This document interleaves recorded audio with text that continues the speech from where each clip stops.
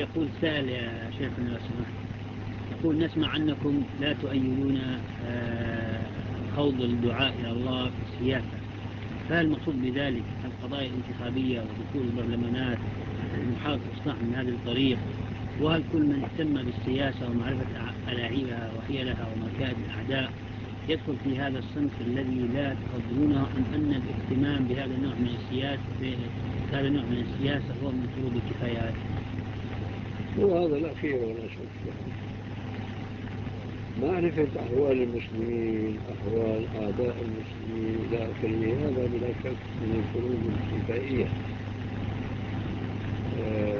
فإذا قام به البعض سقط عن الباقين، وهذا يقوم به بعض الناس كسائر العلوم تماما.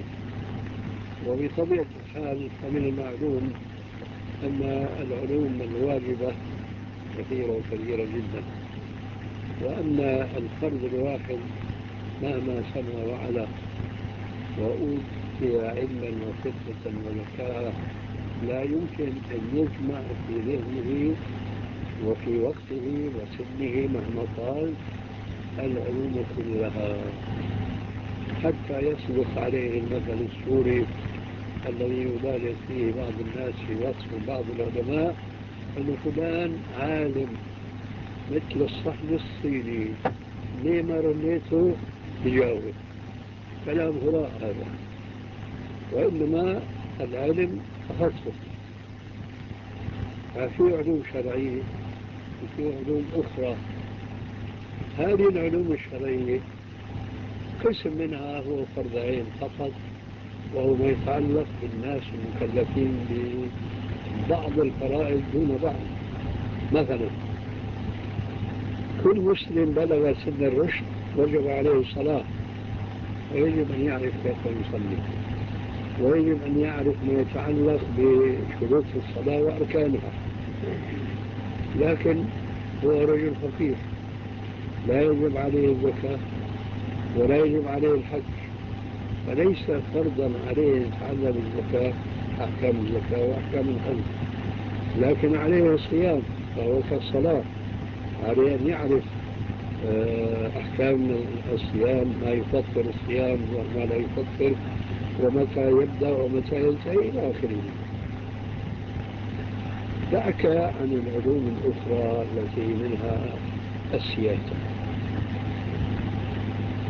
فما يتعلق بمعرفة واقع العالم الإسلامي والعالم الغربي الذي يعادي الإسلام هذا أمر واجب وجودا كفائيا، لكن الدخول في البرلمانات والتحزبات هذه نحن بلا شك لا نؤيدها، وإنما نعني الكلمة الأخيرة في السياسة.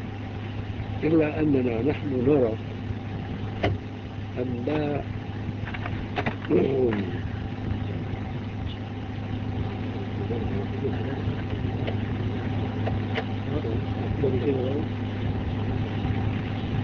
نحن نرى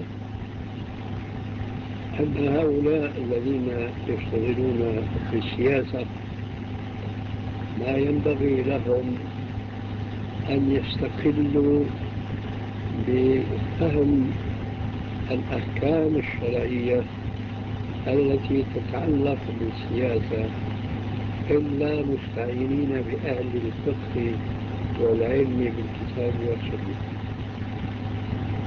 ومن أجل ذلك أنا أعتقد ولا أظن أن أحدا يخالف في هذا إذا ابتعد عن اتباع هواه أن علماء المسلمين هم الذين في مجموعهم يحققون القيام بهذه الواجبات، لكن لا تتحقق المصلحة الإسلامية لعامة المسلمين إلا بتعاون هؤلاء المختلفين تخصص في العلوم.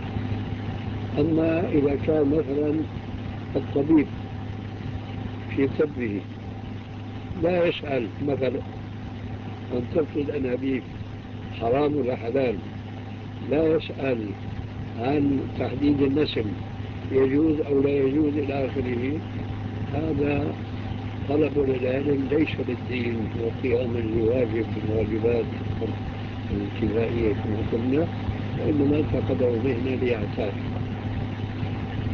كل المهن هي من الفروض الكفائية ما دامت مباحة، لكن بهذا الشرط من تعاون هؤلاء بأهلها. هذا ما